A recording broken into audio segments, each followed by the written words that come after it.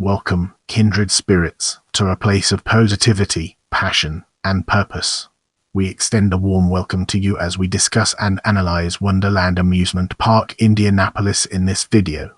Wonderland Amusement Park. Wonderland Amusement Park, usually simply called Wonderland, was a trolley park that operated on the east side of Indianapolis, Indiana, United States, from 1906 to 1911. The park, near the intersection of East Washington Street and Gray Street, surrounded a lake and featured a chute, the chute ride, the scenic railway ride, the signature 125-foot tall electric tower, a ride that simulated the Johnstown Flood, a dirigible Kann's war airship, a funhouse, a dance pavilion, and other exhibits and games in its 24 buildings. In addition to the standing attractions, the park also offered live exhibits and performances from bands, acrobats, animal acts, vaudeville acts, and members of a Filipino tribe, the Igorrote. Throughout its existence, Wonderland competed against the nearby Riverside Amusement Park to the west in Riverside and White City to the north in Broad Ripple Park, with each park trying to top the other two with new attractions and activities each year. In 1909, Wonderland met local resistance when it announced its intentions to add a beer garden. When Wonderland management applied for a beer license, the Indianapolis Brewers Exchange was instrumental in obtaining the park's withdrawal of the application. In 1911, the park management started to operate a blind tiger establishment, one that sells alcohol without a license to do so. It was raided by the local police. On August 27, 1911, Wonderland burned to the ground. The park was never rebuilt. In the upcoming portion, we'll be dissecting origin and grand opening to gain a comprehensive understanding of its implications. In the wake of the successful grand opening of Riverside Amusement Park in Indianapolis 1903, local residents Edward H. Wrench and Minnie East Wilson joined Milwaukee resident Richard Kann in a partnership that submitted corporation papers for the Wonderland Construction Company in November 1905. Their stated mission was to organize, promote, and carry on pleasure resorts, and to build and maintain buildings, structures, appliances, machinery, and lawful devices adapted thereto, and to carry on and furnish lawful amusement at such resorts. By the spring of 1906, construction of a park was started at the eastern edge of Indianapolis, near Irvington, which was later annexed by Indianapolis. The site, at the corner of East Washington and Gray Streets, covered 2 city blocks that once contained a baseball field.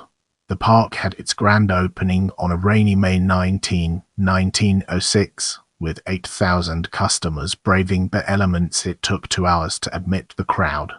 Admission cost 10 cents per adult, 5 for each child. The park's signature 125-foot tall electric tower and scenic railroad greeted the crowds a week before the season's opening of Riverside Amusement Park and the grand opening of another nearby trolley park, White City, at a time in which the amusement park business was booming in the United States. Following the leads of the earliest lunar parks, Coney Island, Pittsburgh, and Cleveland, Wonderland's grounds were bathed in the light of about 50,000 light bulbs. The park also employed a 100,000-watt searchlight. Customers passed through an arch similar to that of the lunar parks of the era on which the park's name Wonderland was engraved. The park's offices were located on each end of the arch. Inside the grounds, the park's buildings were painted white with yellow trim, a nod to the original White City of the World's Columbian Exposition of 1893. As we embark on the next leg of our journey, let's unpack the layers of rides and attractions in 1906 and examine its core elements. In addition to the electric tower which people were encouraged to climb and the 1/4-mile-long scenic railroad constructed by the L.A. Thompson Scenic Railway Company featuring 4 elevated, intertwining tracks, the crowds were treated to even more attractions. A chute, the chute ride similar to that of the park's rivals, proved popular, as did a funhouse, the Third Degree, a circle swing ride, a giant slide bump, the bump that entertained adults and children alike, a whip ride, and an exhibit that simulated the Johnstown Flood. A skating rink also proved popular, as did the arcade and the restaurants. Live entertainment quickly became Wonderland's chief drawing card, from the trick motorcyclists to bands, acrobats, vaudeville acts, to a display of Igorrote people from the Philippines advertised as a visit from the Igorrote tribe. The park's elephant mascot bathed in the chute lagoon, delighting many patrons. The exhibits and attractions changed almost constantly, even in Wonderland's first year of operation. The week of June 10, 1906 saw the arrival of Kann's war airship, named after one of the park owners, Richard Kann, built in Indianapolis and temporarily moored at the park. Visitors viewed it for free in its aerodrome. It took brief flights, once in the morning, one in the evening, over the park each day while it was on exhibit. With our foundation established, it's time to explore 1907 and its relevance to our overarching theme. The year 1907 saw the arrival of equestrian acts, and King Bill, touted as the greatest trained bull in the world. King Bill made headlines when it was spooked by a blown band instrument, jumped off the platform upon which it was performing, and landed in the crowd. A new band shell adorned the park in Wonderland's second season, and a monkey house was built for 48 new simian acquisitions following suit. Riverside Amusement Park added their own monkeys later that year. The acrobats and aerialists returned to Wonderland in 1907, including an albino aerialist. White City had another albino aerialist perform on its grounds shortly afterwards.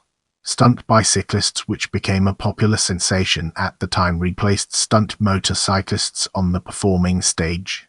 In addition to the acrobats, live entertainment at Wonderland frequently included animal acts. The aforementioned monkeys, horses, and Big Bill were augmented by trained lions, ostriches, alligators, and elephants in 1907. As the competition among the three Indianapolis parks continued to heat up, Riverside Amusement Park reduced its advertising and reduced its expenditures of constantly updating the park, and White City started emphasizing its natural features at Broad Ripple Park to try to maintain its customer base in the light of Indianapolis' slow decrease in entertainment dollars. Wonderland, the only major Indianapolis park not to have water access, was forced to maintain its costly routine of renovating and upgrading itself and introducing new rides and attractions, making its continuing existence more and more problematic. The three parks had drawn a combined 1 million patrons in. Increasing costs of construction of new rides and attractions, coupled with an increasing need to advertise, eventually forced a change of ownership of Wonderland. The Wonderland Construction Company gave way to a new publicly owned corporation, the Wonderland Amusement Company. The officers include Indianapolis resident East I. Fisher, also the president of Capital Paper Company, as president of Wonderland, Frank and Talbot Indianapolis Basket Company, a Lehman Indianapolis Paper Box Company, and Park General Manager Frank M. Wicks. Capital stock was issued in an effort to maintain profitability. In this section, we'll be deep diving into 1908, unraveling its complexities and uncovering valuable insights. The new ownership wasted no time in upgrading Wonderland, adding 8 attractions in 1908. In addition to a new restaurant, the Flatiron proved to be an instant success as the new building offered human swirl cake and trick floors, carpets, and ceilings. The Flatiron was advertised as a show geared to those who wished harmless excitement with a touch of terror. New features include Brewster's Millions, inspired by the popular novel by George Bar McCutcheon, Ray's Mannequins, The Tickler, Battle Royal, and The Old Swimmin' Hole. The restaurant patrons enjoyed their sodas as they enjoyed the live entertainment that was a mainstay of the park. Vaudeville shows were the primary source of entertainment, augmented with performances of Slight's military band. In June 1908, Millie Spellman brought her drinking and cigarette-smoking bears to Wonderland as the teddy bear craze was beginning to take hold in the United States. The initial reaction to the new attractions kept the park's precarious finances hidden as rival parks found new ways to preserve the bottom line. White City also introduced new attractions and finished its construction of a huge swimming pool covering 2 acres. It was scheduled to open June 27. Riverside Amusement Park sharply reduced its construction and advertising costs, opting to rely upon the rides it had the previous year and showcasing the world's largest steer. The night of June 26, 1908, Wonderland's competition lessened as White City was destroyed by fire. Only the swimming pool, scheduled to open the following morning, was left. It had its grand opening the following week, July 4, 1908. The same day, Wonderland had its largest attendance in its history for its annual Independence Day festivities. Such a turnout encouraged the ownership to develop expansion plans, some of which were leaked to the public in the latter months of 1908, including that of building a beer garden. When the plans were officially announced March 1909, Wonderland was embroiled in controversy unlike any it had encountered before. Brace yourself for a deep dive into as we explore its impact and relevance in our evolving narrative. Flush with the success of 1908, ownership moved forward with expansion plans for Wonderland, moving eastward toward Irvington, an Indianapolis suburb since merged into the larger city that prohibited the sale of alcoholic beverages within its city limits. By mid-March, the already worried neighbors became alarmed when the rumored plans for a new beer garden on the newly extended park property were confirmed. On March 23, a petition drive by a coalition of area mothers groups sent a petition to Wonderland was reported by the Indianapolis News.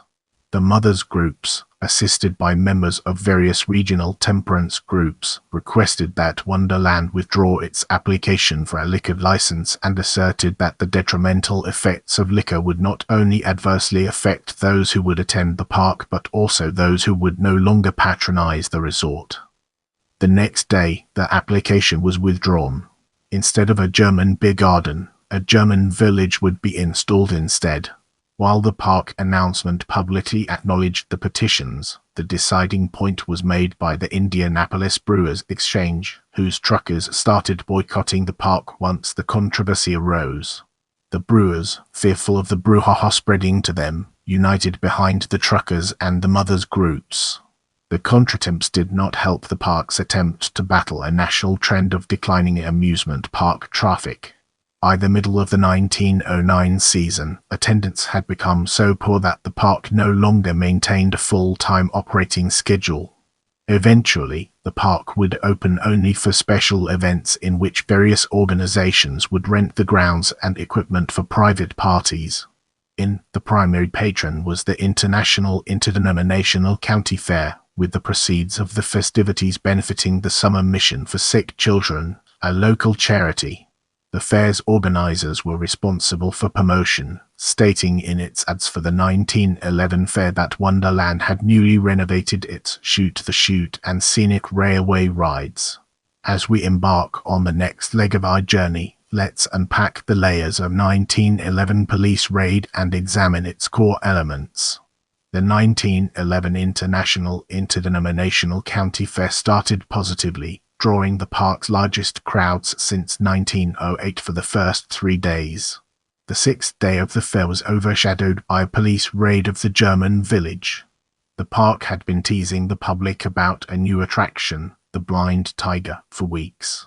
Peter Betrone, manager of the about-to-be-opened attraction, stated to the local media that his establishment would be the only wet place in the park despite not having a license to sell alcoholic beverages.